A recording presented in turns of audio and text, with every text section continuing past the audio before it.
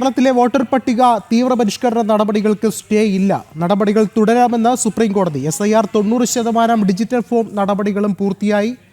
Stay നൽകണമെന്നുള്ള സംസ്ഥാന സർക്കാരിന്റെ ആവശ്യത്തിന് ഇതോടെ തിരിച്ചടിയാവുകയാണ്. സംസ്ഥാന സർക്കാരിന് ആവശ്യമെങ്കിൽ തെരഞ്ഞെടുപ്പ് കമ്മീഷന് നിവേദനം നൽകാം. കൂടുതൽ വിവരങ്ങളുമായി ഡൽഹിയിൽ നിന്നും ജിഷ്ണു കൃഷ്ണൻ ചേർന്നുണ്ട്. ജിഷ്ണു, എന്തൊക്കെയാണ് കാര്യങ്ങളാണ് ഇപ്പോൾ സുപ്രീം കോടതി ചൂണ്ടിക്കാട്ടുന്നത്?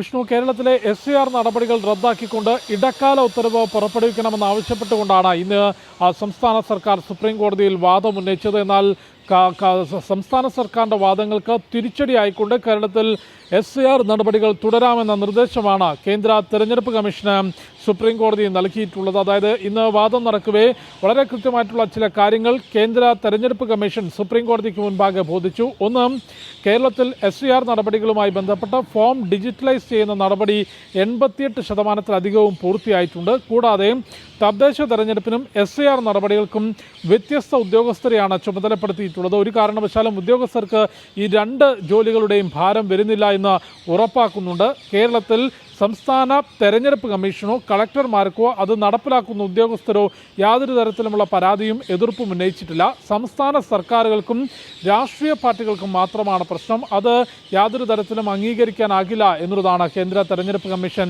സുപ്രീം കോടതിക്ക് മുൻപാകെ വ്യക്തമാക്കിയത്. കേന്ദ്ര തെരഞ്ഞെടുപ്പ് കമ്മീഷന്റെ വാദങ്ങൾ അംഗീകരിച്ചുകൊണ്ടാണ് കേരളത്തിൽ SIR നടപടികൾ തുടരാം എന്ന നിർണായകമായിട്ടുള്ള തീരുമാനം സുപ്രീം കോടതിയിൽ ചീഫ് ജസ്റ്റിസ് സൂര്യകാന്ത് അധ്യക്ഷനായിട്ടുള്ള ബെഞ്ചിന് മുൻപാകെ വന്നിട്ടുള്ളത്. കഴിഞ്ഞ 3 ദിവസമായി ഈ കേസിൽ വിശദമായ വാദം സുപ്രീം കോടതി കേട്ടിരുന്നു. ഒരു കാരണവശാലും ഈ ഹർജികൾ നൽകിയത് ഒന്ന് സംസ്ഥാന സർക്കാരും പിന്നീട് CPM-ഉം കോൺഗ്രസും മുസ്ലിം ലീഗും കേരളത്തിൽ SIR നടപടികൾ റദ്ദാക്കണമെന്ന് ആവശ്യപ്പെട്ടുകൊണ്ടാണ്. ഈ ഹർജികളിലെ ഏറ്റവും പ്രധാനപ്പെട്ട വാദം ഈ SIR റദ്ദാക്കണം എന്നുള്ളതാണ്. അത് ഒരു കാരണവശാലും അംഗീകരിക്കാൻ സുപ്രീം കോടതി തയ്യാറായിട്ടില്ല. ഇന്ന് കേരളത്തിൽ SIR നടപടികൾ തുടരാം എന്നുള്ളതാണ് കോടതി വ്യക്തമാക്കിയത്. ഒപ്പം തദ്ദേശ തെരഞ്ഞെടുപ്പ് വരെ SIR നീട്ടിവെക്കണമെന്നൊരാവശ്യം സംസ്ഥാന സർക്കാരിനുണ്ടെങ്കിൽ അത് തെരഞ്ഞെടുപ്പ് കമ്മീഷന് മുൻപാകെ ഉന്നയിക്കണം. തെരഞ്ഞെടുപ്പ് കമ്മീഷന് പ്രത്യേകമായി നിവേദനം നൽകാം. കമ്മീഷൻ ഇക്കാര്യം പരിശോധിക്കാമെന്നും സുപ്രീം കോടതി വ്യക്തമാക്കിയിട്ടുണ്ട്. ശരി, ജിഷ്ണു ആണ് വിശദമായ വിവരങ്ങൾ നൽകിയത്.